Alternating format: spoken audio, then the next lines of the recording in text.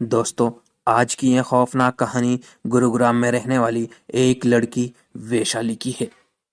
दोस्तों, वैशाली के साथ घटी उस खौफनाक घटना को महसूस करने के लिए लाइट्स बंद कर लीजिए, कानों में हेडफोन लगाकर फोन को साइड में रख दीजिए और आंखें बंद करके एक खौफनाक डरावनी दुनिया में खो जाइए।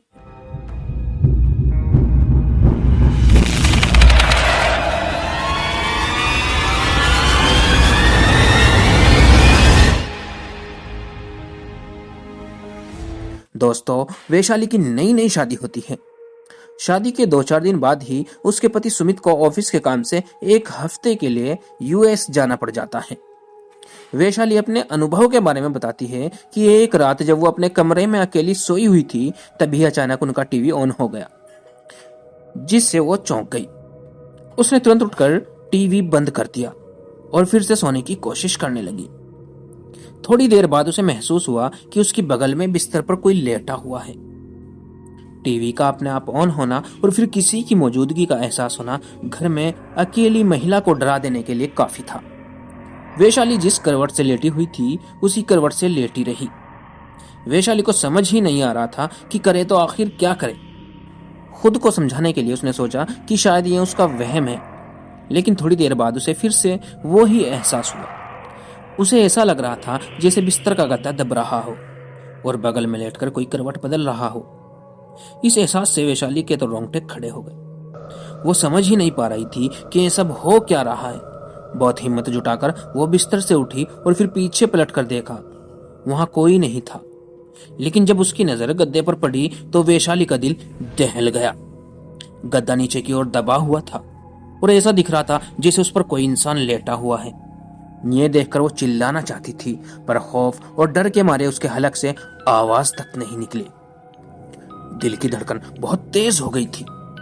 घबराहट में वैशाली ने तकिया उठाकर उस जगह पर फेंका जिस जगह गद्दा दबा हुआ था।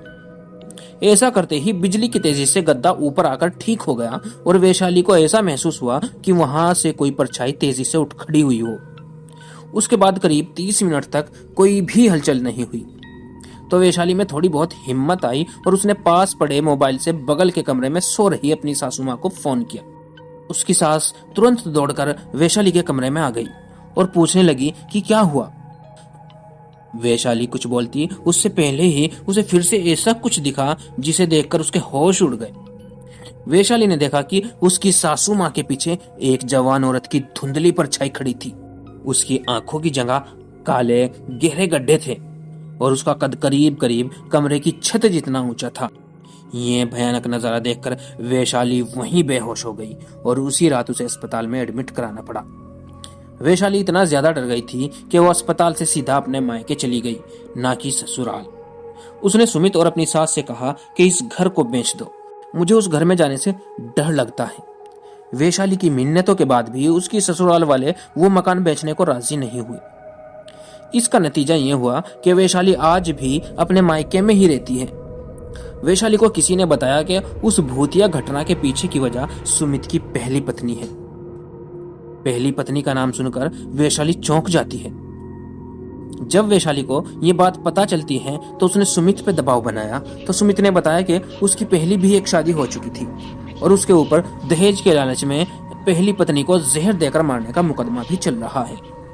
बदनामी के कारण सुमित अपनी मां के साथ एक नए घर में आकर रहने लगा था, जबकि उसके पिता अभी भी पुराने घर की देखभाल कर रहे थे। वैशाली के परिवार वालों को शादी से पहले ये बात पता नहीं चल पाई थी, लेकिन उस भूतिया घटना के बाद जब वैशाली ने सुमित को आप बीती सुनाई तो उसने पहली पत्नी का राज खोला था। हालांकि उसका कहना था कि उसने अपनी पहली पत्नी को जहर नहीं दिया था, बल्कि उसने खुद ही जहर खाकर जान दी थी। मैं तो बेकसूर हूँ। दोस्तों, अगर आपको हमारी ये कहानी पसंद आई है तो हम आपसे विनती करते हैं कि वीडियो को लाइक कर दीजिए और चैनल को भी सब्सक्राइब कर दीजिए और बेल आइकन को भी दबा दीजिए, ताकि जब भी हम नई वीडियो अपलोड करें तो आपके पास सबसे पहले उसकी नोटिफिकेशन पहुंच जाए।